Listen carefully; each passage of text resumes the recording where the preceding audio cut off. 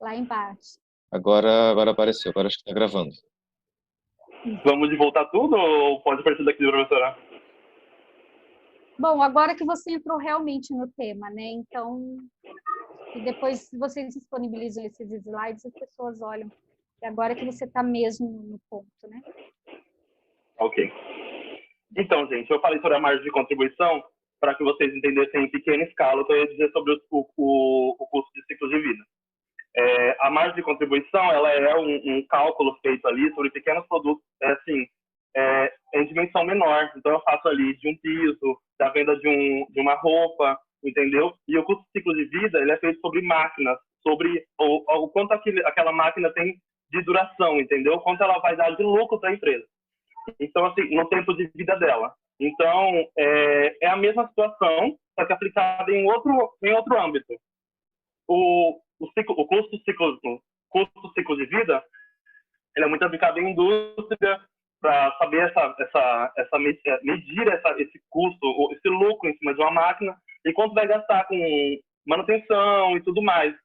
E aí eu quis comparar a margem de contribuição com o custeio e o custo de vida para vocês entenderem como é essencial em pequena escala esse cálculo de custo e em grande escala também, para fazer, e faz toda a diferença em qualquer empresa, porque aí o investimento da empresa é em cima daquilo que traz lucro, a empresa pensa em todos os âmbitos, tudo aquilo que está ali dentro da empresa está sendo usado de custeio de forma certa, entendeu? Para trazer lucro para a empresa. É isso, o Matheus vai continuar a apresentação. Boa noite, tá dando para ouvir? Legal? Então, eu vou falar sobre qual que é o objetivo, né, do custeio ciclo de vida, que basicamente é pegar, primeiramente faz uma análise de toda a cadeia da produção do produto, vamos supor, vai ter o custo, por exemplo, de aquisição, vai ter o custo de distribuição do produto, enfim, é uma cadeia da produção. E aí, a ideia do custeio do ciclo de vida é tornar mais eficiente, pegar toda essa cadeia e fazer um contraponto, assim, deixa eu ver como eu explico. Tornar mais eficiente, diminuir custos desnecessários, mas assim, é, é, diminuir os custos da produção, mas assim, sem afetar a entrega do produto do cliente, a satisfação do cliente, nesse ponto. E aí, vamos supor, no custo, na distribuição do produto, vamos supor, como o Vinícius falou, no frete, poupar, ver o que é desnecessário naquele ciclo, mas sem afetar a distribuição do produto de forma que vai interferir na qualidade, fazer o cliente se sentir insatisfeito, nesse sentido. E é meio que minimizar os custos que podem ser levados à produção e assim avaliar pode avaliar a importância para buscar alternativas. Tipo, isso é muito importante para a empresa porque várias empresas têm problemas, pode acarretar durante o ciclo ter problemas de custos, essas coisas. E isso é muito importante porque vai tornar o serviço assim, como não vai afetar a ideia principal é não afetar a qualidade do serviço, vai diminuir custos, vai melhorar o serviço e é isso. E é uma forma de melhorar a infraestrutura também da empresa. É mais ou menos isso.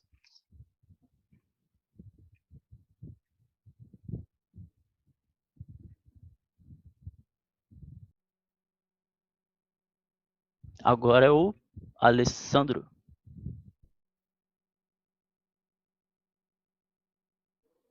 Isso. Olá, pessoal. Estão me ouvindo bem? Tranquilo. Então, vamos dar sequência aqui sobre a definição do custeio ciclo de vida, né? Meio que é um tema que a gente parece ser muito difícil, muito longe da nossa realidade, mas quem está, principalmente no mercado de trabalho aí, vê isso no dia a dia, vê isso no desenrolar das atividades da empresa, porque a gente vive em um mundo capitalista, né? Então, tudo demanda recurso e tudo demanda ter lucro, e a gente precisa de lucro e para sobreviver. Então, tanto as pessoas físicas quanto as pessoas jurídicas. Então, a questão de uma boa definição do custo melhora o lucro, digamos assim, né? Qualifica. Então, é uma atividade que as empresas fazem mesmo que de forma involuntária. Mas a empresa não tem, principalmente empresas de pequeno porte, não vão ter lá um setor específico para análise de custo ou algo do tipo. Mas de forma involuntária, tudo que tenta-se reduzir o custo e para melhorar o lucro, tá sendo trabalhado o ciclo de vida do custeio, né? Mesmo que de forma involuntária. Então, ele auxilia, essa atividade auxilia na tomada de decisões das empresas, né? Durante a vida útil do item. Desde o início dele na empresa até a finalização dele, que seria do projeto do item, da sua fabricação, a utilização dele na empresa, no caso de utilize, e a finalização. E a finalização é quando a empresa não vai ter mais nenhum custo quanto a esse item. Aí tem casos diferentes, que a gente vai ver um pouquinho para frente aqui, que quando é uma fábrica, uma indústria, quando a empresa deixa de ter custo com esse item, é quando ela vende e entrega ele. Até após a entrega, caso ela tenha o custo com frete, né? E no caso das empresas que utilizam o item, digamos assim, o custo dela é quando ela descarta ou ela finaliza o custo quando ela descarta, quando ela vende, ou enfim, depende da utilização, né? Então, essa atividade ela é utilizada para organizar os custos, né, de acordo com os estágios de vida do produto na empresa. Então, dessa forma, se é uma indústria, se ela está produzindo, no projeto, o projeto tem um custo, quais recursos vão ser utilizados para aquele projeto tem um custo, aí qualquer matéria-prima para produzir aquilo tem um custo, a mão de obra para a produção tem um custo, e armazenamento, logística, tudo é uma composição de custo. Então, essa análise organiza esses custos em etapas, digamos assim, né, em estágios da vida do serviço, do produto ou do serviço. Empresa de serviço também tem essa elaboração do custeio do ciclo de vida, né? Então, segundo aqui o autor Sakurai, não sei se é assim que pronuncia, ele fala que o custeio do ciclo de vida é um método de apuração do custo de um produto ou de um equipamento durante sua vida útil. Em resumo, o que a gente está falando, né? Já outros escritores aqui em comum, Brown, Robert e Yanaguchi, o custeio, o ciclo de vida, pode ser definido como um método de calcular o custo total da propriedade durante a vida útil do ativo. Então, é o que a gente fala, né? Durante toda a vida útil, desde o início dele na empresa até o final dele, de formas diferentes, de acordo com a utilização, ou se é produção, enfim. Vou passar um slide aqui. Nós temos, né, na sequência aqui, duas principais categorias dessa formação de custo, né? Que são os custos de produção, onde considera os custos em que o fabricante, os custos que o fabricante incorre durante todo o ciclo de vida do produto, né? Que é o que eu disse, desde a elaboração do projeto, da composição por matéria-prima, da fabricação, digamos assim, dos custos de armazenamento, custo de armazenamento de matéria-prima, depois custo de armazenamento do produto, porque depois de finalizado ele fica armazenado na empresa, talvez por um dia que seja, mas fica, não tem que ter um espaço para isso gera custo, né? Então, é uma categoria, no caso de indústria, digamos assim, produção, né? E uma outra que são os custos do usuário. Na categoria dos custos de usuário, inclui sim os custos em que o usuário incorre para obter, usar e até dispor do produto. Vamos dar um exemplo aqui de um veículo, por exemplo. Até a professora comentou sobre esse exemplo hoje. A fábrica de caminhões Volvo, por exemplo, ela tem os custos dela de produção enquanto está fabricando o caminhão. que ela tem lá o desenvolvimento do projeto para um produto novo, um tipo de caminhão novo e tal, ou adequação de projeto no caso de antigos, a matéria-prima para isso, que é tudo que ela utiliza para a produção do caminhão, né? A mão de obra, onde que vão ser estocadas as matérias-primas, o espaço que ela tem que ter, imagina o tamanho do pátio que a Volvo tem que ter para ir armazenando os caminhões conforme for saindo da linha de produção. A gente entende que, de certa forma, em certos períodos, a demanda é pequena, então talvez esse custo seja pequeno, mas em certas oportunidades talvez a demanda seja grande.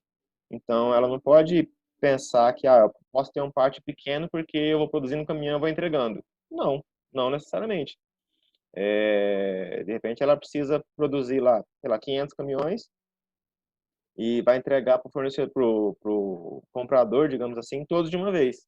Então, ela não vai produzir todos de uma vez, vai saindo aos poucos da linha de produção. Ela tem que ter espaço para ir estacionando lá, armazenando os caminhões. Imagina o tamanho do pátio, né? Até dando esse exemplo porque, como nós comentamos hoje, tanto no grupo aqui, pessoal, quanto com a professora, a gente vive muito isso na prática, né? Então, a empresa que eu trabalho tem muito isso na prática. E há 2 anos atrás, a empresa comprou 300 caminhões de uma vez. Não foi Volvo, foi Scania. E o projeto era para comprar 2.000 caminhões, depois conseguiram diminuir e tal, e comprou 300 caminhões. E a empresa queria muito isso, até por isso que eu trouxe aqui o exemplo. A Scania queria ir entregando, acho que de 12 em 12 caminhões eles queriam, que é o que saía da linha de produção. Aí a empresa falou, não, a gente quer os 300 caminhões de uma vez. Então, tipo, né, vai produzindo e vai guardando aí, se vire.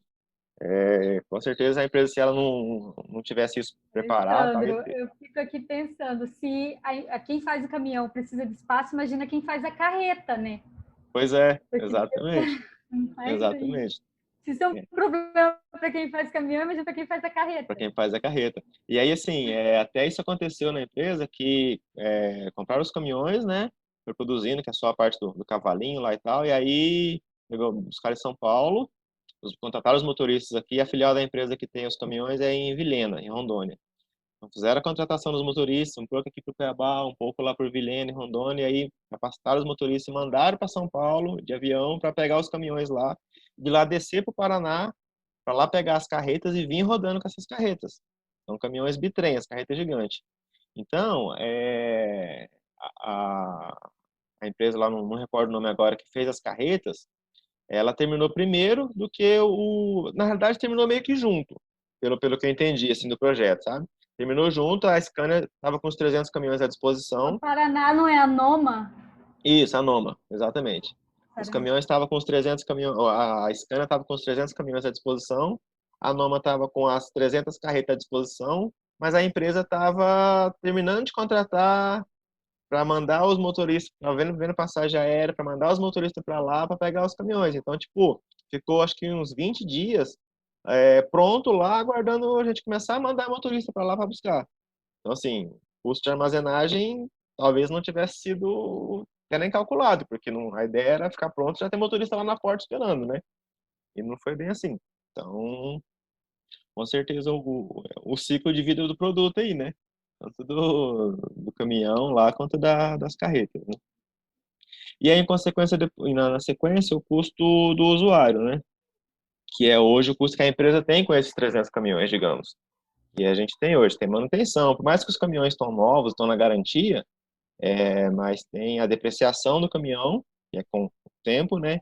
E tem coisa que garantia não cobre, que é desgaste de pneu, por exemplo, desgaste quando tem pequenos acidentes, grandes acidentes, tem a questão do seguro, mas pequeno acidente. Esses dias um caminhão, foi até um caminhão com outro, um caminhão da empresa com outro caminhão da empresa, estavam perto de Sapezal e passando um pelo outro lá, por descuido, bateu um retrovisor no outro. Quebrou o retrovisor dos dois caminhões. Então, tipo, é um custo lá que não vai ser não seguro para cobrir um retrovisor, né? Mas, enfim, é, são custos de uso, né? Do dia a dia. Então, a empresa tem que ter isso no planejamento. Tem que ter no planejamento o desgaste comum, depreciação, de forma contábil, desgaste por uso, e algo que pode acontecer no decorrer do dia a dia da utilização. De certa forma, é isso, questão do acidente aí, quebraram dois retrovisores, né? Então, tudo tem que estar muito mapeado para reduzir custo e quando incorrer os custos, a empresa ter a conta contábil correta para alocar isso, né? Então, é tudo muito vinculado, assim, a de onde está ocorrendo o custo para onde vai informar a conta contábil. Então, se a empresa não tem isso muito bem elaborado, muito bem estruturado, e aí, de repente, vai aplicar custos em conta contábil divergente da realidade. E aí isso depois implica mais na frente, né? Então, é uma sequência de situações, digamos assim. Pessoal, nós meio que não falamos antes aí, mas se alguém tiver alguma dúvida, tá, e quiser interromper a gente para perguntar antes aqui, fica à vontade. No final, a gente tem um espaço aqui para a gente parar e perguntar se alguém ficou com alguma dúvida, bater um papo, mas se por acaso alguém tiver algo no decorrer, né, podem ficar à vontade, tá? Igual a professora parou e falou com a gente aqui, a gente está disponível para ouvir todo mundo, tá, gente? A gente está aqui compartilhando e quem tiver à vontade, o Matheus ergueu a mão aí, quer falar, Matheus? Não? Só deu um tchau, então. Tranquilo, pessoal. Vou mudar de slide aqui. A gente vai entrar aqui na questão da metodologia, o centro do custo, né, de vida de um ativo, onde o Kleber vai falar aí com mais detalhes, com mais informações mais detalhadas, digamos assim, até com fórmulas de cálculo de custo e tal. Então, continuo, né? Quem tiver alguma dúvida aí, precisar interromper, fica à vontade, tá bom? Beleza, Com Kleber? Fica à certeza, vontade aí. com certeza. Quem quiser interromper aí, pode interromper. Boa noite aí, gente. Espero que esteja todo mundo se cuidando aí, todo mundo bem. Vou falar um pouco sobre a metodologia do custo do ciclo de vida de um ativo. E para começar, é importante a gente lembrar aqui que existe sempre um planejamento, né? E esse planejamento ele tem que ser muito bem elaborado, ele tem que ser detalhado, tem que planejar bem todas as etapas, que ativo você quer adquirir para sua empresa, como você vai adquirir, o que você vai usar para adquirir esse ativo. Tem que ser um planejamento bem elaborado para conseguir prever qualquer coisa que pode acontecer no processo de compra desse ativo, depois que compra, o que pode acontecer, manutenção, essas coisas, tem que estar tudo nesse planejamento. Um dos desafios nesse tipo de custeio, identificar esse ciclo de vida do ativo. E, assim, como que a gente como que a gente sabe o que faz parte desse ciclo de vida desse ativo? Eu quis colocar aí todos os estágios que ficam entre esses dois pontos, que são a definição entre o projeto para aquisição. Opa, teve pergunta? Não, eu que falei, boa pergunta. Como que se faz para descobrir tá. qual é o ciclo de vida do produto? Tá, sim. Vou detalhar aqui agora, porque a gente tem que falar sobre isso, que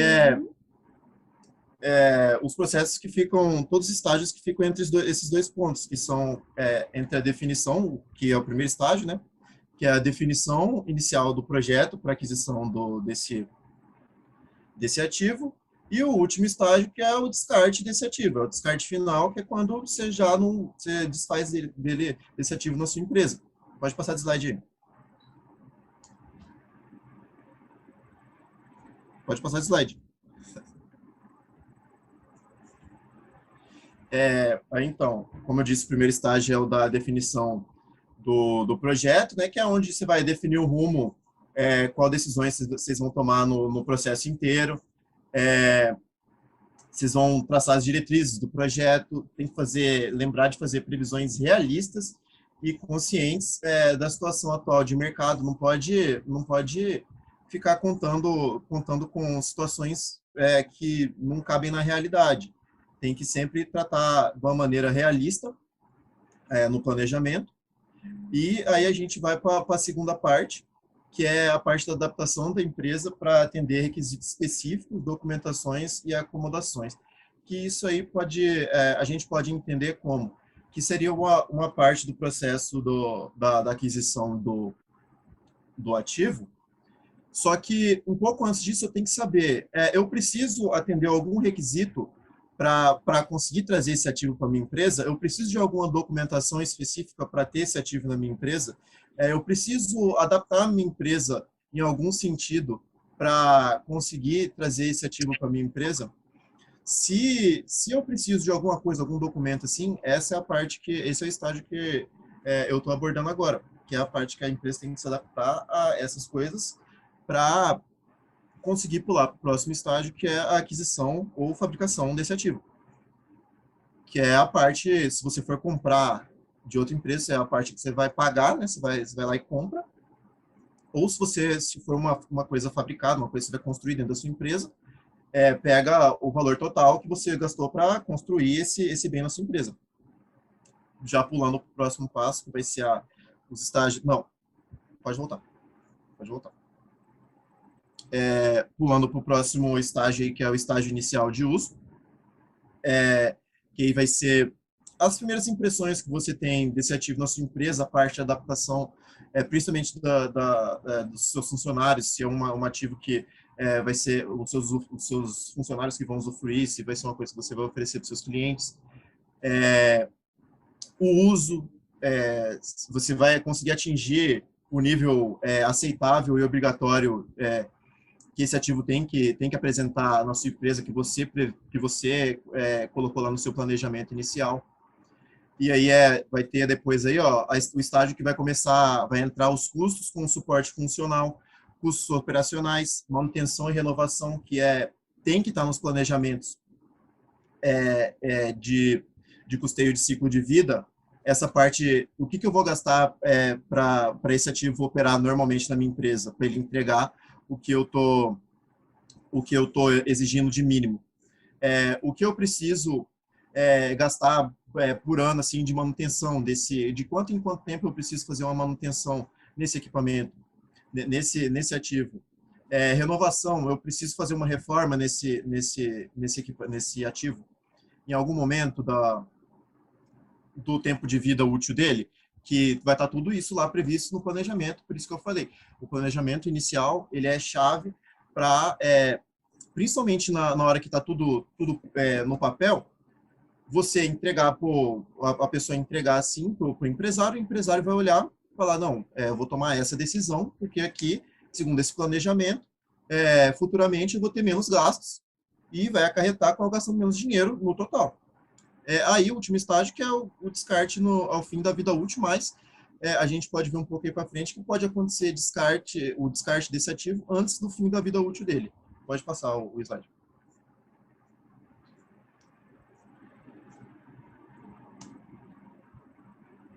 Pode passar o slide.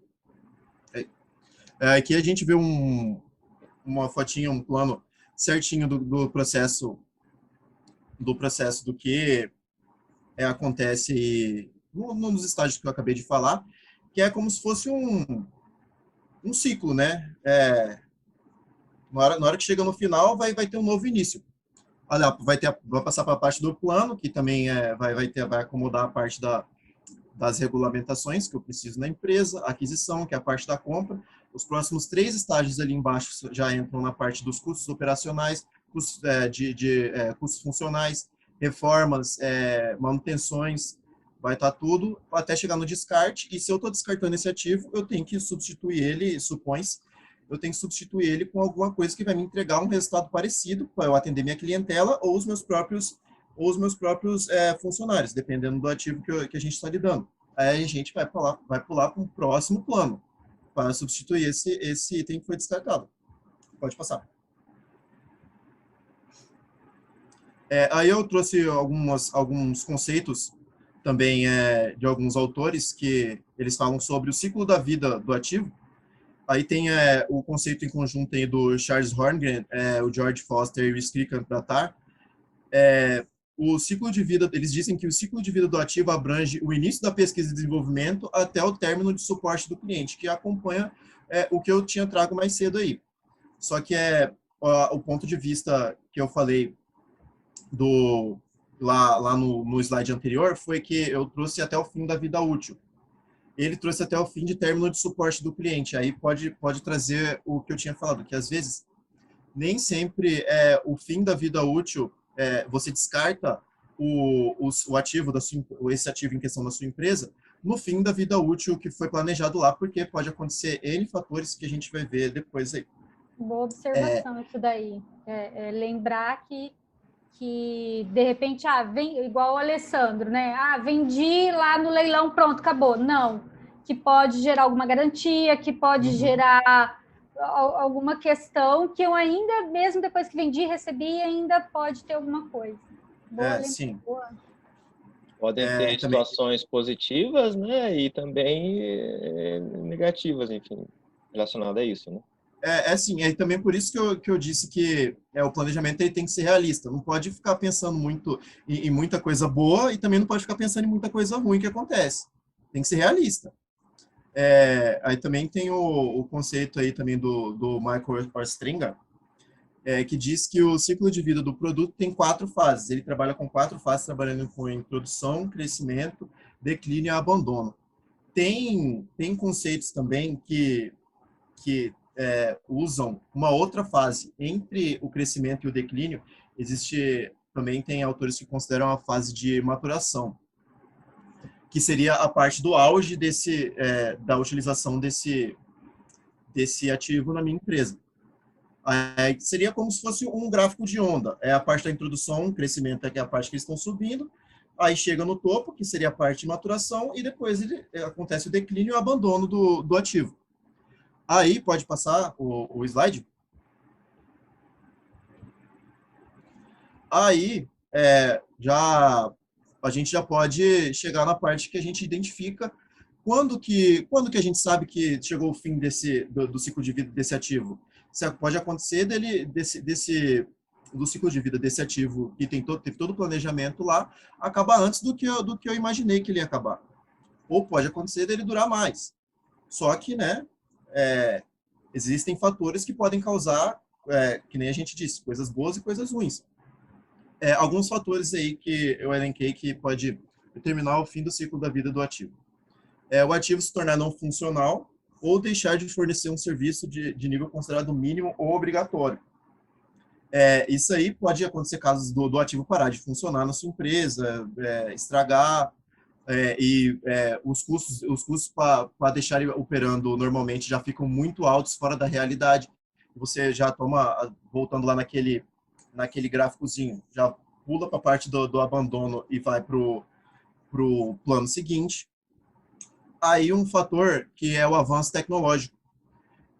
O avanço tecnológico pode sim causar a identificação do fim do ciclo de vida desse ativo antes do planejado, porque você comprou, por exemplo, um computador para uma LAN house há 3 anos atrás, você falou que esse computador ia durar 4 anos, só que hoje os jogos que rodam nessa LAN house exigem um computador mais atualizado. E os 4 anos que você imaginou que você teria com esse computador foi para o espaço. Você precisa atualizar seu computador. Então, o avanço tecnológico deixou esse produto, esse ativo que você tem não funcional. Então, você precisa trocar. Que já vem basicamente ligado com o próximo fator, que é a alteração das necessidades dos clientes. Porque muito do serviço considerado um mínimo ou obrigatório para as empresas acompanha as necessidades dos clientes. O que o cliente quer? Se a necessidade do cliente muda e esse ativo não consegue entregar o que o cliente deseja, você imagina no planejamento que você fez lá, tá precisando, você imaginou que o seu ativo ia durar mais um tempo, não adianta, você vai ter que trocar, vai ter que declarar o fim do ciclo de vida dele antes do planejado. Aí pode passar o slide. Deixa eu dar 2 exemplos aqui referente à informação. Quanto o ativo se tornar não funcional, né? Hoje, igual já repetindo aqui, eu cuido da desmobilização de frota da empresa, uma das atividades, né? E a empresa tem veículos hoje para uso próprio, tem em torno de 600 veículos hoje. A desmobilização de frota, ela tem duas características, assim, mas é uma prévia, não é nada obrigatório, no nosso caso, com a definição da empresa, que os veículos são substituídos com 5 anos de uso ou com 110 mil quilômetros rodados para veículos de passeio, né, ou até as picape estrada, no caso, ou 150 mil quilômetros rodados para as caminhonetes. Então, mas isso é uma determinação, assim, um norte, digamos assim, que a gente chama, não é obrigatoriamente isso. Por quê? Porque a gente tem casos, principalmente porque o pessoal usa os veículos no campo e tal, anda muito em estrada de chão, e ele judia muito do veículo, né? Então, geralmente substitui antes, principalmente as picape estrada. No mês passado, a gente estava vendendo lá 18 picape estrada, que eram todas 2016 2017. Não estava com 5 anos de uso ainda, e nem tinha os 110 mil quilômetros rodados. Mas estavam muito judiadas, porque eram nos armazéns, rodavam muito estrada de chão e tal. Então, teve essa antecipação do final do ciclo, né? A empresa compra veículos novos e substitui aqueles porque teve esse atípico, digamos assim, né? E na questão dos avanços tecnológicos, a gente teve no ano passado uma substituição de máquinas de umas fazendas lá no Vale do Araguaia que trocaram o fabricante, né? A marca da máquina, digamos assim. A empresa lá utilizava colheitadeiras de soja da Case, né? E aí, não, desculpa, da John Deere. E aí teve um lançamento lá no ano passado, que era para a produção, para a colheita desse ano, de umas máquinas da New Holland. A New Holland ficou muito tempo fora do mercado na colheita de grãos, principalmente no Mato Grosso, tal, porque a John Deere entrou muito forte. E a New Holland entrou esse ano com uma tecnologia nova. E aí ela trouxe máquina lá, deixou uma máquina na empresa para fazer teste durante 6 meses, tal. E aí a empresa optou por comprar uma máquina dela porque viu que o que fez teste durante 6 meses foi boa, tal. Então comprou 20 máquinas para uma fazenda lá. Automaticamente não aumentou a área plantada da fazenda. Então, a fazenda tinha 40 máquinas. Como ela comprou 20 da New Holland para fazer esse teste, digamos assim, as outras 20 ela colocou para venda. E não tinha a vida útil. A questão do maquinário, eu não sei ao certo essa questão de tempo, como que é. É meio que no olhão do engenheiro de manutenção, do engenheiro mecânico lá, para ver quando que descarta, quando que vende ou não. Mas eu sei que essas 20 máquinas estavam em boas condições e elas foram vendidas devido tentar uma tecnologia nova que foi a da New Holland, né? Então, também uma forma de antecipação do final da vida útil do item, né? Vou passar o Não, slide. e sim, e isso aí também, muitas vezes, esses avanços tecnológicos não tem como prever no planejamento, né? Acontece e aí você tem que encerrar o ciclo de vida do equipamento antes do que você estava planejando. E não necessariamente porque, igual nesse exemplo que eu dei, não é porque o equipamento que eu estava deixou de ser utilizado, né? Enfim, deixou de ser funcional para a empresa. Ele continuava funcional, só que a empresa optou por uma tecnologia melhor. Então, é uma situação que não estava previsto, ninguém imaginava que as máquinas que estavam lá com não sei quantos anos ia chegar um equipamento novo né, com a tecnologia melhor para ser feito disso. Então, mesmo com o planejamento sendo feito no início, algo que pode acontecer no decorrer da vida útil, que a empresa tem que tomar uma decisão diferente do que tinha planejado no início, né? Novamente, de forma positiva ou não. Uhum. Pode pular o slide aí. Então, agora a gente já viu como que a gente identifica o início, meio e fim desse ciclo de vida do ativo. Aí a gente pode identificar o que a gente precisa para calcular esse custo de vida do ativo. Aí a gente precisa estimar os valores aqui, dando um exemplo aqui, a gente pode estimar valores referentes em geral, a gente estima valores referentes à compra ou confecção do ativo, tipo, quanto vai custar a compra, quanto vai custar o que eu estou construindo. Instalação e funcionamento, eu preciso de pagar um valor a mais para a questão de instalar esse ativo na minha empresa ou não preciso? Operação, o que eu preciso para manter esse ativo funcionando da maneira que eu quero na minha empresa, da maneira ideal na minha empresa. manutenção, que é tipo a previsão de possíveis reparos, manutenção periódica, precisa desse tipo de manutenção recorrente, eu tenho que colocar isso tudo na mesa, porque isso tudo vai somar no custo do ciclo de vida do ativo que a gente está colocando em questão. Também juros, por exemplo, se eu comprei esse ativo no cartão de crédito financiado e tem alguma taxa de juros, vai também somar no custeio e ciclo de vida, vai somar no custo final. Depreciação, também, o valor que esse ativo vai perder durante o tempo, entra também esse valor. E também, se eu precisar gastar alguma coisa para me desfazer desse produto na minha empresa, também vai entrar nos custos, porque eu estou pagando um valor para tirar ele lá da minha empresa. Então, também vai entrar. Pode pular.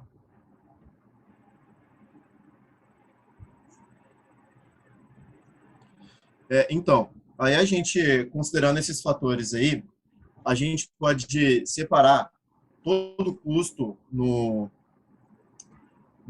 ciclo de vida do ativo. A gente pode separar entre esses processos entre os custos iniciais do ativo e os custos residuais desse ativo em questão. Englobam os custos iniciais, as compras, a compra ou confecção desse ativo e a questão da instalação, que comprei, eu vou dar um exemplo aí mais tarde da impressora, vou precisar, se eu numa impressora multifuncional, se eu precisar comprar ela e pagar alguém para instalar ela na minha empresa. Isso aí vai somar no custo inicial. Os custos residuais é tudo aquilo que eu for precisar para a operação desse ativo depois desses custos iniciais. Depois que eu comprei a impressora e instalei ela, todo o custo depois vai entrar como custo residual. E esse custo vai somar no custo final. Pode pular. Olha lá, ó.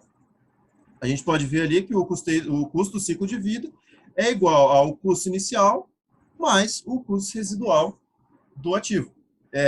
A gente vê na fórmula assim, acho que pode achar bem fácil, né? De que é tipo, comprei impressora que eu gastar depois, é simples, só comprei um computador que eu gastar depois com ele é custo residual, mas a gente vai ver no exemplo aí depois aí, pode pular.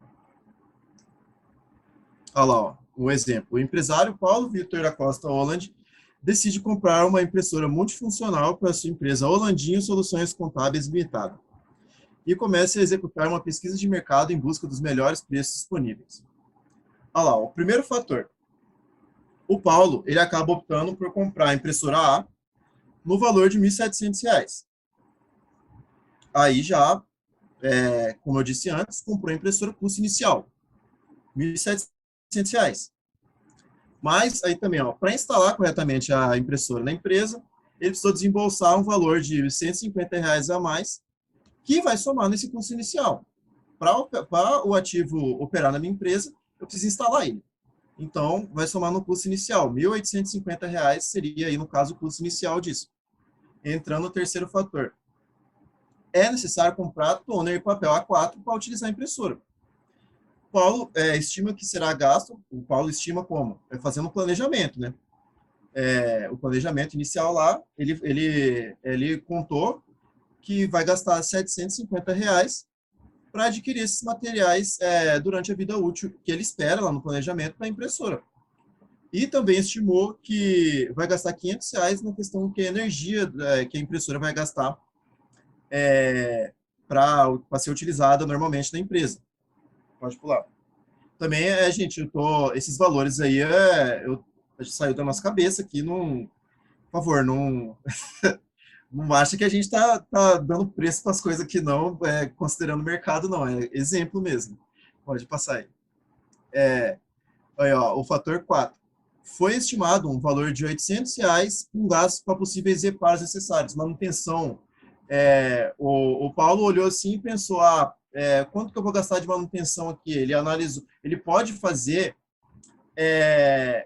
considerar dados passados, por exemplo, a última impressora que ele teve no serviço, na empresa, quanto em média ela gastava, quanto ele utilizava essa impressora por dia, por mês na empresa. Pode também ver, pesquisar pesquisas na internet, no mercado, sobre médias de quanto em quanto tempo eu preciso fazer uma manutenção nessa impressora, quão frequentemente ela estraga, eu preciso fazer uma reforma, um reparo. Ele pode utilizar esse tipo de dado para ajudar no planejamento dele, e ele achou esse valor de R$800 gastos com possíveis reparos necessários. Aí, o quinto fator, o Paulo comprou a impressora utilizando um cartão de crédito em 12 parcelas, com juros de 1% ao mês. Significa um adicional, um valor de juro aí de R$204. E esse juro, que nem eu disse antes, entra sim no custo, no custo ciclo de vida. Sexto fator, a previsão referente à depreciação da máquina é estimada em cerca de R$150 ao ano. Também é um valor que saiu da cabeça. Não sei ao certo. O último fator e o sétimo fator, quando a impressora se tornar não funcional, o Paulo estima que vai ter um custo de R$50 para se livrar da impressora, do lado do serviço dele. Aí pode passar. Então, o Paulo fez o planejamento, a gente consegue separar ali, ó, o custo inicial que ele teve, R$1.850. Aí ele pensa lá, não, vou gastar R$1.850 para ter essa impressora lá no meu serviço. Não.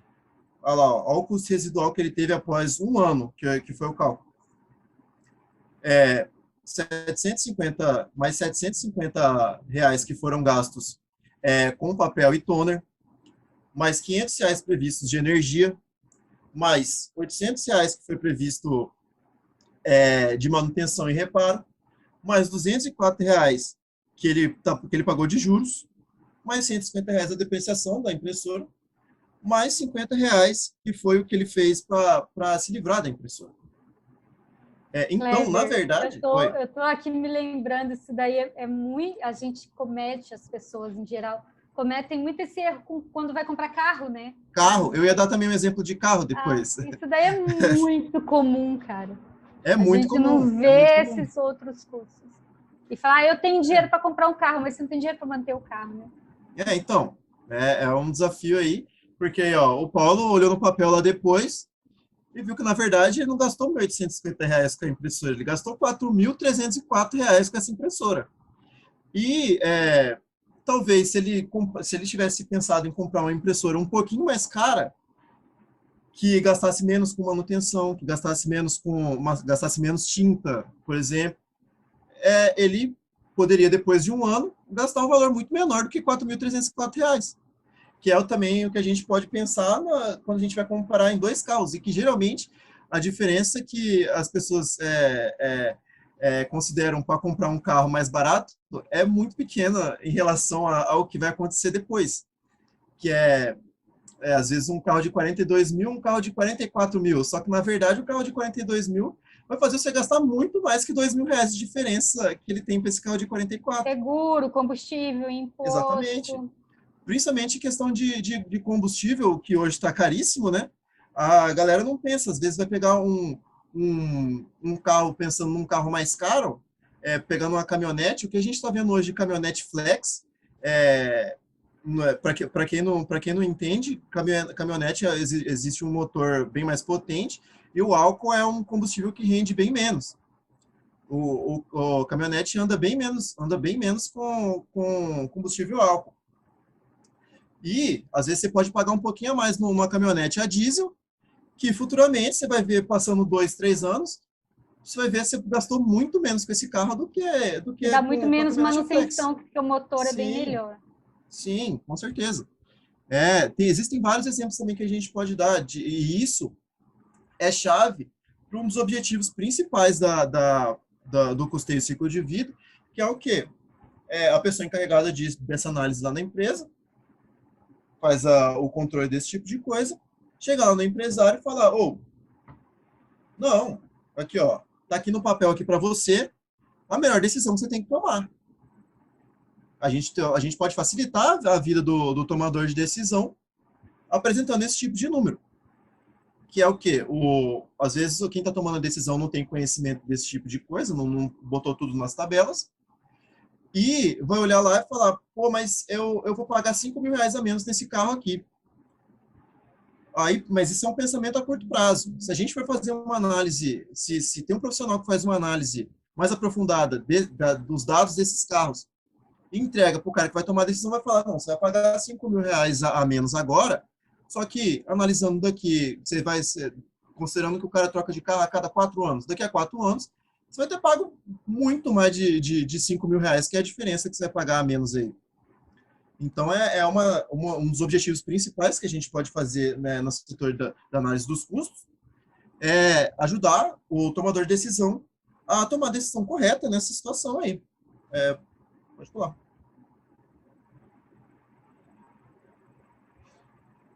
Pode pular aí. Aí, ó, isso é uma foto que eu achei que ilustra bem, que tá lá em cima, só a pontinha do iceberg, que é o custo da aquisição do ativo do ativo em questão da empresa. Tá lá só a pontinha, imagina a impressora que eu acabei de dar exemplo ali. A pontinha do iceberg ali é o R$ 1.850, que é o preço da impressora e a instalação. Só que lá embaixo da água ali, ó, tá uma coisa muito maior ali, ó, que é questão de operação, suporte, infraestrutura, muita coisa que entra, que pode acarretar em gastos muito maiores do que esse R$ 1.850 se você gastou nessa impressora, no caso, por exemplo. E naquele barco ali tá o Paulo, né, que tava comprando a impressora. Tá o Paulo. Pode pular. Então, aí é uma questão que a gente também quis colocar, que é sobre, é possível fazer esse tipo de custeio em ativos intangíveis? É possível. É possível. Não precisa ser um ativo tangível para você fazer esse tipo de custeio. Ativos intangíveis também é possível. Aí a gente pode considerar bastante nesse tipo de custeio os fatores de manutenção, principalmente de patentes, porque você precisa pagar taxas para manter patentes, e isso entra no custo ciclo de vida da patente. Gasto com criação e divulgação de marca, criação de website, isso aí também vai entrar num custo ciclo de vida, no caso aí da sua empresa, no seu ativo em questão. Custo com desenvolvimento de logotipo, entre outros casos, criação de logotipo, criação de slogan, também tem gente que pode pagar também para esse tipo de coisa, vai entrar também no custeio ciclo, você pode aplicar também o custeio ciclo de vida nesse tipo de coisa. E não é só em coisas tipo, em coisas de valor grande, assim, máquinas exorbitantes, assim, não. Que nem eu dei exemplo de impressoras, assim, a gente pode fazer esse tipo de cálculo. Também existe também exemplo eu estava vendo uma tabelinha de lâmpada incandescente, fluorescente e LED, que são comparações que são geralmente empresas compra em larga escala, né, para manter o lugar todo iluminado, né.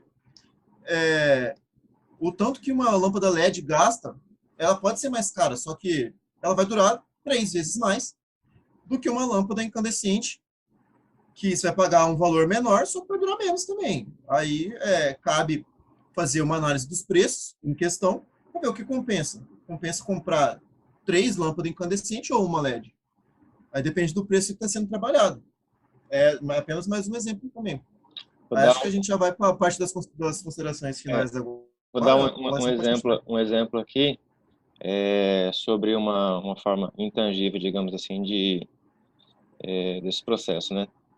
A empresa que eu trabalho hoje, estou trazendo exemplos aqui práticos que eu vivo no dia a dia, tá, pessoal? Que eu acho que tem hora que não se encaixa muito, mas tem hora que auxilia bastante.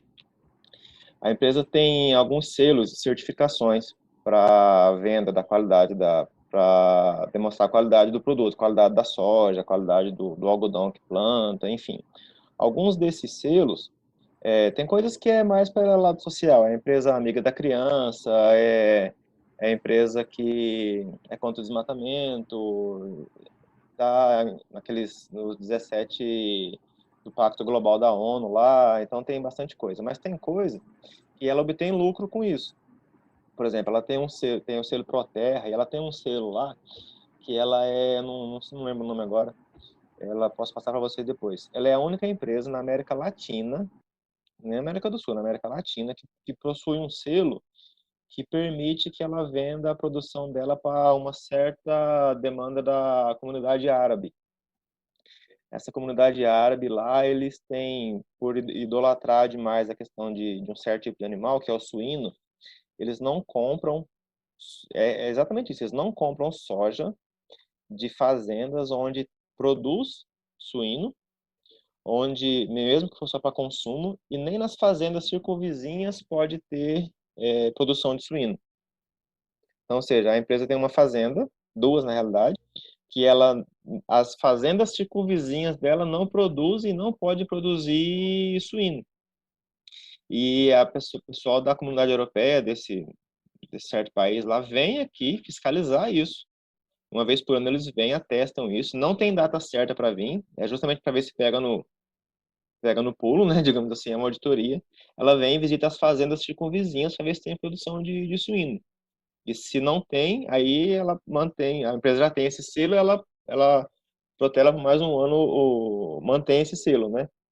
E se por acaso tivesse, a empresa perderia. E aí, em consequência, por ter esse selo que a empresa mantém, ela consegue vender a soja mais caro, claro, né? Para esse certo cliente, essa comunidade lá. Então, ela tem um lucro com isso. Só que ela tem um custo também. Porque pensa bem, né? Eu sou um fazendeiro. Meu vizinho aqui não pode ter um vizinho que tenha porco. O que que eu vou fazer? Meter porco aqui na fazenda. Se ele não quer que eu tenha porco aqui, que ele me pague. Né não? Esse mundo capitalista. Então, o que que acontece? A empresa tem que pagar, não todos, mas a maioria das fazendas circunvizinhas, para que eles não produzam porcos. Parece mentira, mas é verdade. A empresa tem um custo com isso, que eu acho que é um custo intangível, digamos assim, né? Que aí depois reflete no lucro para ela, mas com certeza ela tem que ter isso no ciclo de vida do produto dela, que tem um custo que ela tem na produção. Então, parece brincadeira, mas é verdade e ela briga para manter isso porque com certeza ela tem um lucro muito alto com isso. Para finalizar, queria fazer um comentário também. Então, atuando muito na área de contabilidade, que eu tenho o privilégio de trabalhar dentro da área, e antes de trabalhar eu não gostava tanto quanto depois que eu entrei dentro da área. Minha mentora, ela me ensina muito a fazer contabilidade com planilha. Então, acho importante compartilhar para vocês isso. Às vezes estão pensando assim, meu Deus, eu vou trabalhar com curso no futuro, vai ser que no mercado de trabalho, e eu tenho que fazer esse controle, e aí eu vou ter que fazer o quê? Olhar para a máquina e imaginar quanto tempo que ela dura? E como funciona isso, né? Onde isso vai entrar e como que eu vou fazer isso? Então, assim, eu tenho esse privilégio de aprender contabilidade junto com a mentora que eu tenho lá no serviço, dentro de planilha. Então, a margem de contribuição que eu faço para pequenas coisas, roupa, piso, é uma planilha simples, gente. É incrível como a contabilidade ela é simples na prática. Na prática é muito mais simples do que na teoria, porque na teoria é muito complexa mesmo. A gente acha que custo é uma coisa assim, tipo, poxa, eu vou ter que pegar algo e imaginar o custo. Não, aquilo tem uma previsão, sabe? Tem gente que calcula aquilo, então o número está ali. Só precisa realmente usar e da melhor forma possível para ajudar a empresa. Então, assim, é simples. É uma planilha ali com uma coluna com todos os materiais da empresa e várias colunas com o que você vai gastar de gasto inicial, como o Kleber falou, e depois dos residuais, sabe? E no final traz o resultado que você precisa. E na hora que você vê aquilo e fala para os empresários, no caso não sou eu faço essa apresentação, é a minha chefe, né? Mas na hora que ela apresenta para ele aquilo, e aquilo tem uma repercussão enorme sobre a empresa, eu vejo, sabe, como a contabilidade ajuda muito e custeio ajuda demais, assim, sabe, a empresa. Ajuda a manter, ajuda a confiar no próximo passo, o empresário confiar no próximo passo que ele tem que dar, entendeu? E aí eu trabalho isso em pequena escala, como eu falei para vocês, em margem de contribuição, é calcular esse custo, só que são coisas pequenas. E aí quando eu peguei o tema, na hora que eu vi o tema, eu falei, gente, isso aqui é para a indústria, isso aqui é cálculo para a indústria, isso aqui tem que ser feito em vários, porque eu não preciso calcular o custeio de ciclo de vida de um carro numa empresa que tem um carro. Não é necessário, não tem essa necessidade. Agora, se a empresa tem 30 carros, a gente precisa comprar o melhor carro da melhor forma. Aquele carro tem que ser o melhor carro para aquela empresa. Ele tem que ser 30 carros que vão ser úteis da forma que a empresa precisa. Não posso comprar para uma indústria um Celta. Um Celta não tem interesse ainda, não abrange a necessidade da indústria. Ainda você precisa de de um assaveiro para carregar um material, entendeu? Para fazer a entrega quando necessário. Então, assim, é muito bom quando você está atuando dentro da empresa e você não precisa se preocupar, caso você entre nesse ramo na empresa, que aí você vai ficar perdido. Não, as coisas muitas vezes já estão prontas, mas no meu caso não estava. Eu tive o privilégio de construir isso com a minha mentora. Mas elas já estão prontas lá. E aí você entra dentro daquele mundo e vai estar tudo pronto para vocês. Caso vocês entrem em uma empresa que já tem muito tempo de ramo, a empresa que eu estou não tem muito tempo de ramo. Então eu tive o privilégio de criar esse cálculo todo junto com ela, entendeu? Para a empresa se fixar hoje, para estar como está hoje, estável, tudo consequência do esforço do cálculo de custeio, sabe? Eu vejo isso muito, muito nítido na empresa. Então, assim, é muito simples. Eu não sei como vai ser na empresa que vocês vão atuar, caso vocês entrem nessa área. Vai ter um sistema, porque pode ter um sistema de custeio dentro de um sistema feito, sabe? Tipo, um software feito, e o custeio é feito ali. Então, assim, existe esse método também. Mas se for feito em planilha, como eu faço, assim, é mais árduo. Você tem que criar a planilha, você tem que controlar a planilha todos os dias. Você tem que alimentar elas e renovar elas com informação. Então, hoje, atualizou uma coisa. O tempo de vida diminuiu. Então, eu tenho que atualizar todos os dias. E se não fizer essa atualização, acaba que fica escassa a informação. Então, assim, precisa fazer isso todos os dias. Trabalha mais. Mas a retribuição, o lucro da empresa é o mesmo, feito em um software, entendeu? Então, assim, não achem que é coisa de outro mundo fazer o cálculo de um custo de vida de uma máquina. Isso existe, ele te dá, que quando você for fundo, você vai descobrir e vai te ajudar a descobrir aquilo, entendeu? Então, não precisa achar que contabilidade é feita por uma pessoa. E quando você há um ano atrás, ela sabe que a contabilidade era feita por uma pessoa especial, uma pessoa incrível, que tinha era super dotado, entendeu? E tinha várias informações que eu nunca vou ter, talvez. Eu pensava assim, meu Deus, eu vou ter que estudar 10 anos para saber como fazer isso. E aí, pronto, quando você cai lá dentro e como um paraquedas não cair, você descobre que, tipo assim, não é tão difícil, entendeu? Não é tão complicado, mas precisa de esforço. Não é fácil também, precisa de dedicação. Mas fazer esse custeio ciclo de vida, hoje para vocês pode parecer algo muito distante, para alguns que nem gostam do curso, pode parecer uma coisa impossível, mas não é impossível. Acontece, e assim, quem é contador por paixão já pratica isso diariamente. E aí, quando vai comprar um carro, acaba fazendo isso. Quando vai comprar uma bicicleta, acaba fazendo isso. Então, assim, é questão de entrar dentro do mundo mesmo, entendeu? Quando vocês entrarem, vão ver que não é tão complicado. O custeio do ciclo de vida não é tão complicado assim. Pode acontecer em qualquer momento, sobre qualquer coisa. Esse era o experimento que eu queria fazer, essa representação do grupo. Acho que ninguém tem mais nada para dizer do grupo. Eu só queria falar uma coisinha, que só para falar um pouco das origens, onde surgiu primeiramente, eu fui pesquisar, né, para ver quando apareceu pela primeira vez o termo do custeio do ciclo de vida do ativo. Apareceu na metade eu vi que apareceu em reportagens, começou a aparecer mais na década de 70, e tanto que o primeiro livro publicado com o tema exclusivo para custeio ciclo de vida foi publicado pelo Benjamin Blanchard em 1978, lá nos Estados Unidos. Só um adendo mesmo para destacar quando surgiu mesmo no cenário das empresas. Relativamente recente, né? Relativamente recente. Mas às vezes é uma coisa que acontecia antes, só que ainda não tinha sido usado o termo, que é a pessoa comparar preços que vão pagar futuramente, a longo prazo, né? Mas o termo aparece em meados dos anos 70, e o primeiro livro publicado que, pelo menos eu achei aqui, foi em 1978, pelo Benjamin Blanchard. E o nome do livro é Design e Gerenciamento do Custeio do Ciclo de Vida. Então, é interessante você falar isso daí, porque ainda é um termo emergente. Para vocês terem noção, eu estudei ciclo de vida no doutorado. Então, e em doutorado a gente só estuda está na crista da onda, né? Assim, os últimos assuntos. No então, auge, é um assunto que ainda não está esgotado ainda está sendo explorado ainda, mas isso devido muito à tecnologia também, né? Porque o que está dominando hoje o mercado é a tecnologia. Então, os conceitos que se tinham de ciclo de vida nos anos 80 são muito diferentes do que tem agora, Sim. por exemplo.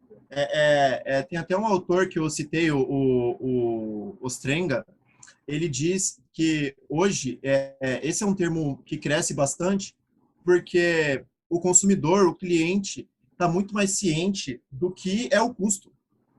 Antes, não tinha muito a consciência do que é o custo, do que é o custo operacional, o que vai ser, o que o custo de instalação vai significar para mim futuramente. Hoje, com os avanços tecnológicos, cada vez mais esses conceitos estão na ciência do consumidor, ou então do funcionário, se for um ativo para os funcionários usar. Também, aqui no Brasil, as publicações que eu vejo, que eu achei aqui também, vão aparecer lá para o final dos anos 90, que tem algumas traduções dos livros que eu achei na década de 70 e 80 lá nos Estados Unidos, e também livros publicados aqui no final dos anos 90 e meados do início dos anos 2000 também, aparece a popularizar, acredito que um pouco mais esse termo aqui no Brasil. É bem isso. E lembra também que numa das aulas eu comentei que a gente demorou muito para receber essas questões por causa da inflação. Então, as empresas se preocupavam muito mais em ter ganhos financeiros e elas não conseguiam controlar seus custos, porque cada 10 minutos você tinha que ligar lá para perguntar quanto que está a tua matéria-prima, porque o preço mudava toda hora. Então, o controle de custos era muito complicado. Aqui no Brasil, isso ainda teve essa questão né, as coisas vêm dos Estados Unidos e a gente ainda teve esse tempo que não dava para fazer muita coisa por causa da inflação muito alta, e agora que aqui a gente está realmente tendo isso. E Vinícius, eu adorei teu depoimento, cara, tinha que gravar isso e falar assim para a pessoa: quer fazer contábeis? Olha o depoimento do Vinícius. Foi muito legal o que você falou. Obrigado. Tem uma feira todo ano, esse ano não teve, né? Mas que vem as escolas públicas em ônibus na UFMT e aí faz uns stands assim para as pessoas saber conhecer o curso. O ano que vem eu vou lembrar de você, a gente vai te achar para você falar do curso, cara. Contábeis já está no quartil mais concorrido da UFMT, né? Então, a média de nota do Enem para entrar em contábeis está entre os 25% mais altos, né? Então, já é um curso bem, cotado pelo mercado, para quem quer entrar, né? Só tem gente boa. Oi? Só tem gente boa. Só, cara, só gente inteligente, muito inteligente. E aí, com um depoimento desse aí, então, a gente vai o quê? Ficar lá nos 10 mais. Obrigado, professor. Mas eu acho que é isso aí, professora. Alguém mais vai querer complementar alguma coisa? Eu quero complementar. Vocês falaram tudo bem importante, eu adorei. Eu quero só complementar com algumas visões minhas assim, que eu falaria. O Vinícius, ele começou falando, e esse é bom que eu vou revisar o que vocês dão uma passada geral, tentar não falar muito, porque a gente já está quase 1h30 aqui. O Vinícius começou dando aquela geral de que são custos e tal. Então, gente, isso é importante a gente falar aqui. A disciplina de controladoria é uma disciplina gerencial, focada em tomada de decisão, de entregar relatórios e fazer a empresa ganhar mais dinheiro, reduzir custo, melhorar as questões operacionais e tal. Esse é o foco da disciplina de controladoria. Quando você vai para outras disciplinas, a maioria das outras disciplinas que vocês tiveram nos anos anteriores, elas são contábeis, é aquele negócio do pensar dentro da caixa.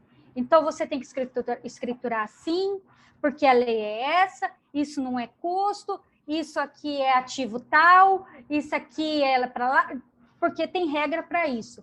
Quando a gente fala de controladoria, não é bem assim. O objetivo é entregar um relatório para o gestor influenciar na tomada de decisão e não importa tanto para o gestor os conceitos principais, o que está na lei, essas coisas. É claro que a gente tem que fazer as coisas nas leis, mas o objetivo principal é fazer ele tomar a melhor decisão possível.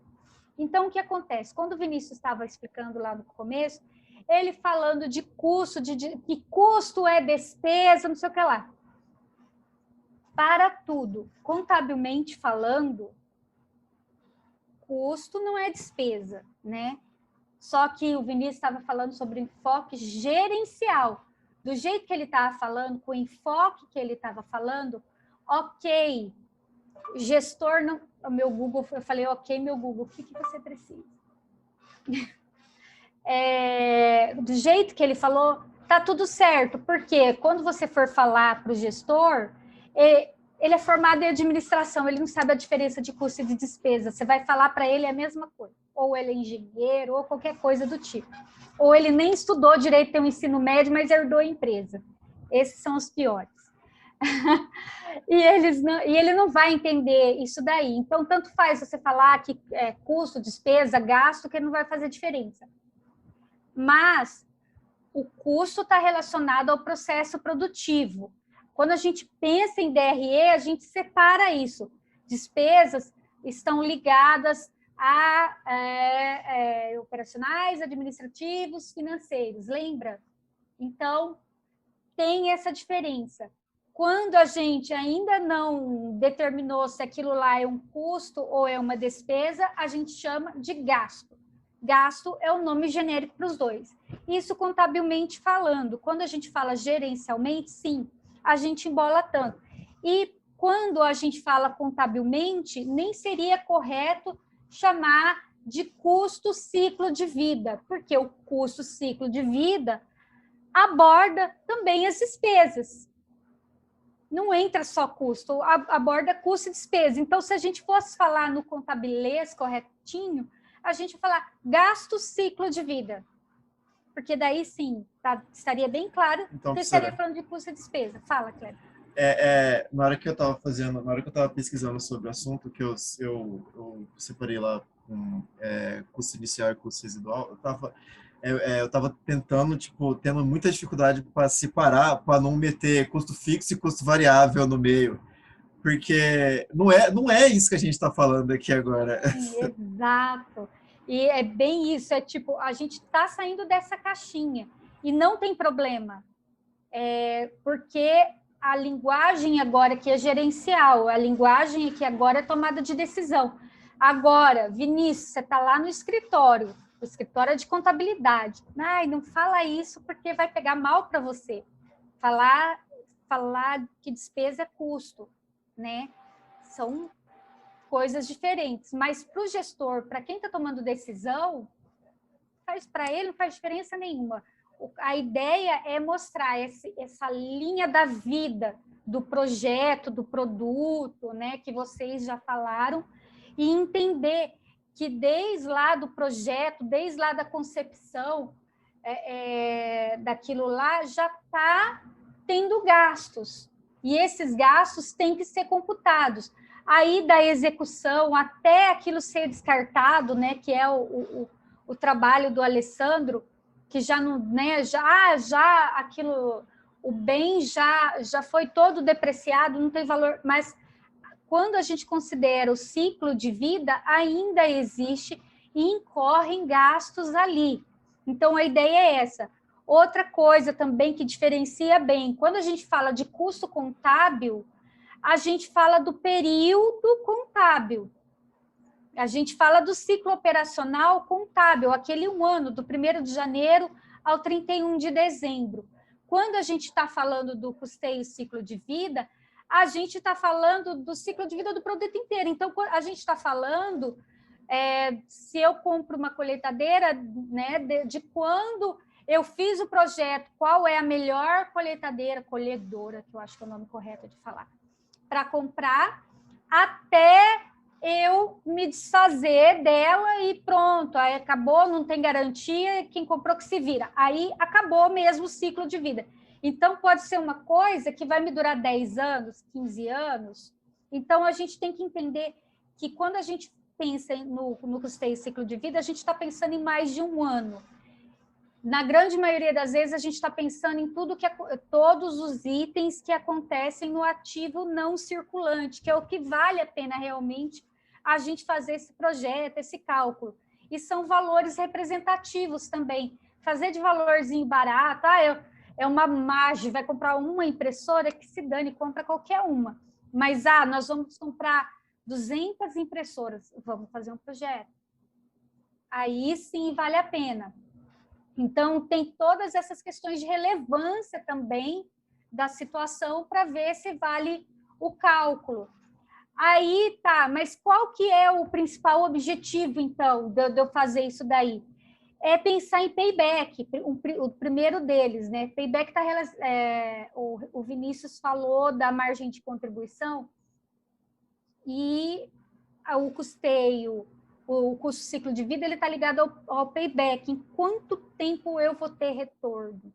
Aquele produto, aquela colheitadeira vai ter tanto e aquilo vai me representar em quanto de lucro por causa daquilo lá, quanto tempo? Aí, a segunda coisa que é mais importante, eu conheci todos os meus custos. Os custos que eu estou falando agora são gastos. Como é que eu posso reduzir isso para, por consequência, reduzir o meu payback, para eu ter retorno disso quanto antes? Então, eu acho que o principal desafio, e eu acho que foi o Kleber que falou, né? É você entender toda aquela cadeia da concepção até o final, esse que é o principal desafio, entender tudo o que acontece ali dentro para você falar assim, mas onde é que eu posso melhorar? Na manutenção, a manutenção pegou nesse caso aqui, é cara. Manutenção é cara, então, peraí, será que não é melhor a gente ver o outro? O que pegou aqui? Gasta muita energia, qualquer tipo de energia tal, né? Às vezes a energia é o combustível, a energia é elétrica, gasta muito. Como é que eu posso reduzir isso? Então, também nisso daí, para a gente reduzir os custos e antecipar esse payback também. Então, aquela questão das fases, elas vão ser modificadas de acordo com o produto que eu estou analisando. Tem literatura que fala as etapas ou as fases são essas? Tem. É uma coisa generalizada, mas vai depender. Fala, Kleber. Então, é por isso que lá na hora que eu estava falando, eu usei a terminologia em geral, normalmente, entende? Porque depende do que você está querendo trazer para sua empresa, vão ter estágios diferentes, vão ter coisas diferentes que você vai ter que analisar, valores diferentes que você vai ter que analisar que vai impactar o seu planejamento, não só aqueles fatores que eu coloquei. Pode ter N fatores a mais que podem impactar na hora da tomada de decisão ali, e na hora de botar no papel mesmo que compensa mais. Exatamente, as relevâncias vão mudar. Então, de repente, a energia para esse projeto aqui é irrelevante. Para o outro, nossa, vamos focar nessa energia aqui porque gasta demais. Vamos ver outro que gasta menos, porque essa energia desse aqui inviabiliza o projeto. Tem todas essas questões que vão variando de acordo com o que eu estou analisando. E que eu anotei aqui do que vocês estavam falando. Eu acho que quanto mais expressivo a forma de controle da empresa para esse custeio, mais facilita para o gestor tomar suas decisões, né? No caso, vinculando aí as impressoras com a margem que a professora citou, a empresa utilizava as impressoras próprias até 3 anos atrás e fazia o acompanhamento de consumo de tudo. A empresa ela considera até o tanto de papel que é descartado para ela ver o quanto de gás carbônico ela pode estar inserindo, né? Então, ela tem um controle bem enérgico quanto a isso. E com essa análise, ela optou por desmobilizar as impressoras e alugar. Então, fazem 3 anos que as impressoras da empresa são alugadas. Já passou por Tem muita empresa, porque eles não têm que preocupar com manutenção, com nada. Eles sabem que vai ter uma empresa funcionando ali. Exatamente. E assim, muita empresa está fazendo isso. Isso, então, com certeza iniciou com um levantamento desse, um levantamento de custo, ver se quanto que gastava, quanto que não, e a questão da despesa e tal, e a questão da disponibilidade, né? Porque hoje, se uma impressora da empresa falha, digamos assim, em 24 horas quando é no interior, ou em 2 horas quando é em Cuiabá, a impressora está substituída.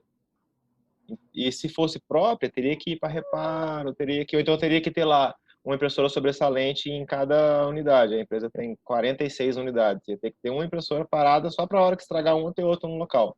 E com um contrato com a terceirizada, ela tem essa carta na Eu manga. fico Assim, né? imaginando a dor de cabeça que se livra com isso daí. Exatamente. Que outra coisa que dá problema é a tal da impressora, né? Muito, com certeza. E aí, para a empresa que está alugando, para o fornecedor, digamos assim, para ele é interessante que ele não tenha dor de cabeça toda hora de ter lá a imagem, opa, estragou a impressora, estragou a impressora. O que ela faz? Ela fornece a impressora de qualidade. Tipo, não vai gerar tanto transtorno de ficar estragando. E faz então. manutenção preventiva, provavelmente. Exatamente. E aí é um outro ciclo, né, que é da empresa terceirizada lá, que faz a alocação dos equipamentos. Então, com certeza isso, essa tomada de decisão por parar de usar as impressoras próprias, vender, descartar e tal, doar, fez doação para uma instituição em Rondonópolis, se não me engano, com certeza iniciou com um levantamento de custo desse. É muito importante. E eu acho que era a questão, falei do ativo permanente e isso.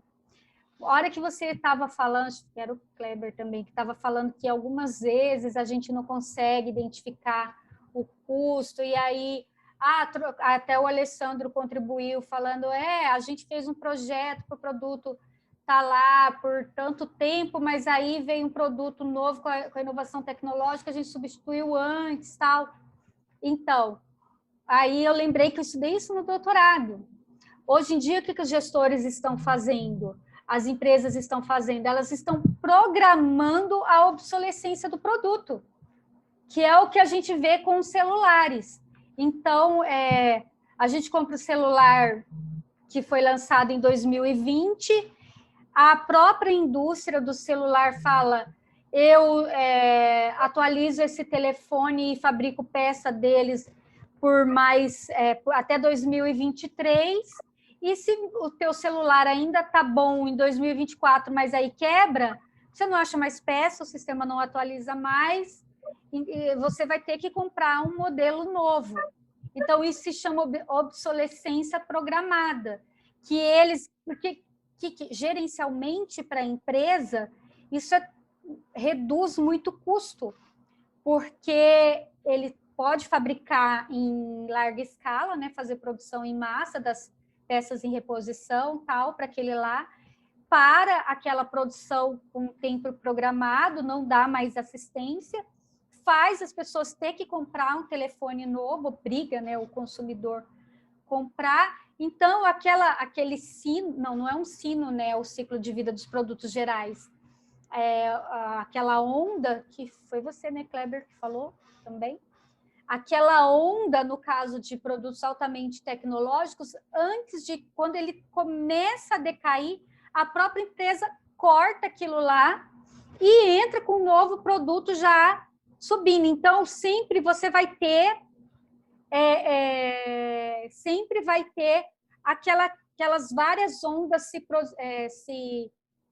se projetando, né? Então, tipo, 2015 saiu uma que quebrou em que pararam ela em 2018 e vai uma sobrepondo a outra, e você sempre tem um produto lá na crista daquela onda, para você consegue manter um produto naquela crista, no caso de alta tecnologia. Então, foi isso que eu estudei quando eu estudei ciclo de vida no doutorado, foi ligado a isso, e como que as empresas de alta tecnologia estão fazendo. E aí vai entrar também para a questão das impressoras, né, de computador, de celular, tudo que está nessa área tecnológica aí.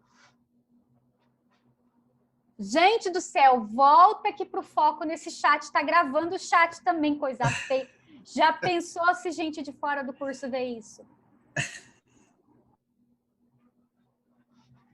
Bom, eu falei um monte já, e já deu. A gente já está quase 2 horas aqui. Alguém quer comentar mais alguma coisa?